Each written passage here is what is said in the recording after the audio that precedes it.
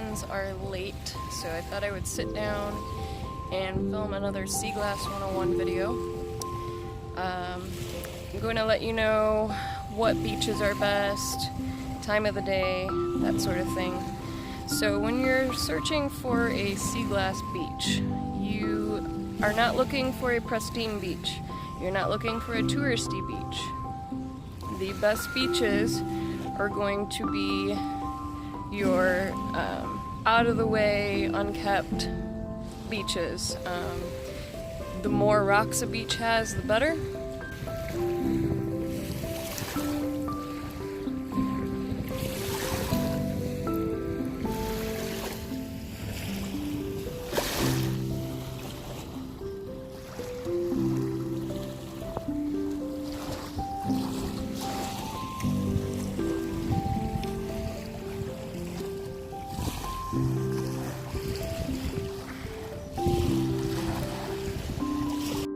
If you're in a tropical area, try to find a beach where a lot of seashells and seashell particles wash up and end up in big piles. I actually call those sea glass traps. The rocks or the seashells act as a trap. When the waves come up over the rocks, it will deposit more rocks and shells and sea glass, and the rocks that are already there will trap the pieces of sea glass so that the waves don't pull them back in.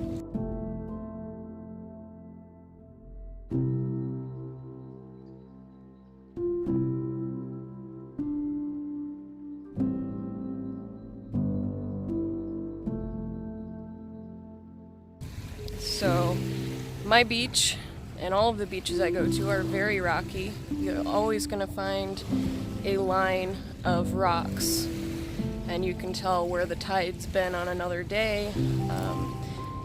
Now with Lake Michigan, we don't really have high tide, low tide like you do with the ocean, so I don't have to worry about tides around here. But if you're in a tropical area, you're hunting by the ocean, you are going to want to follow tide charts, and there are apps for your phone that will help you know when high and low tide are going to happen. The best time to go is low tide. When the water recedes, all of that stuff that was in the water is going to be left on the sand. With Lake Michigan, I mostly just try to go when the sun is high in the sky, because when the sun is shining, it bounces light off of your sea glass pieces and they're easier to see. I have also beachcombed in the complete darkness with a flashlight.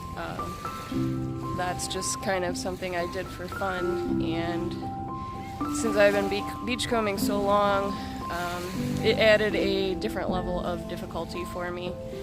And I even bring a black light when I do dark beach combs because the uranium glass will glow. Another thing I highly recommend is sunrise beach combs. They're absolutely gorgeous. Nobody's on the beach.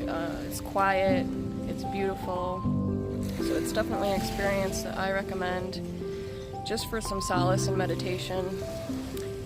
But the best time is when the sun is high in the sky. So right now it's about 11 o'clock here in Chicago, and I will probably be out here until a little past 3. What else?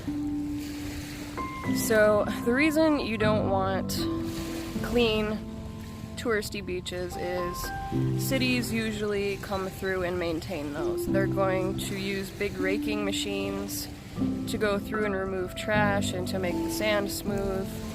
Well, that also is going to pick up your sea glass so that it's not there. They also have a practice where they will bring in truckloads of sand so that they replenish the sand on those beaches so that it's deep sand for people to walk in. So that is why those beaches just don't work. So Florida, for instance, has a lot of very pristine beaches, a lot of touristy beaches. The beaches are mostly sand. Florida is an area where there really is not a lot of sea glass areas. You kind of have to be a local or know a local to find the little out-of-the-way beaches. I know by the mangroves and those sort of beaches might be a little better because people don't tend to go there to sunbathe and play in the water, and the mangrove trees tend to trap stuff. So it's all about location. Honestly, just about every beach around Lake Michigan is pretty good for sea glassing because the rocks wash up all around Lake Michigan. So I've done Indiana, Michigan, Wisconsin. I've seen just about every part of this lake, and I can tell you all the beaches in those states. So I just saw a herd of children running at me, so I'm wondering what the heck is happening. Okay, we switched spots. I actually came all the way out on this pier, so I'm in the middle of the water away from people. I don't know, that must be like a summer camp group or something, full of children in the back there. So that's my spiel on how to pick a beach. You can also go online, Facebook, use Google. There are beachcombing groups online, and a lot of times people will share their beach locations. There's ones that are specific to certain areas, like I'm in one for Lake Michigan beachcombers, but then they have some that are for all over. And you can go in and say, hey, this is the state I live in, what sea glass beaches are good. If somebody's feeling generous, they might give you some information. Most of my research, I just used Google, and I traveled around, and it was hit or miss. And I just kind of explored and found places on my own, and so now I have a nice list of beaches that I go to regularly. I will be taking you guys to Wisconsin soon to hit about 3 or 4 beaches in Wisconsin. I do hope to also go to Indiana this year. I'm not sure if we'll make it to Michigan, but I'd like to. So I will bring you along when we go to those new locations. The next thing I wanted to talk about is what sort of tools do you need for beachcombing? And honestly, it's pretty simple.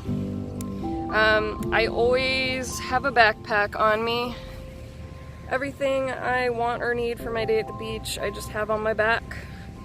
I don't tend to sit and sunbathe or swim on a normal beachcombing day, but today I think we are going to go in the lake just for fun since my friends are coming.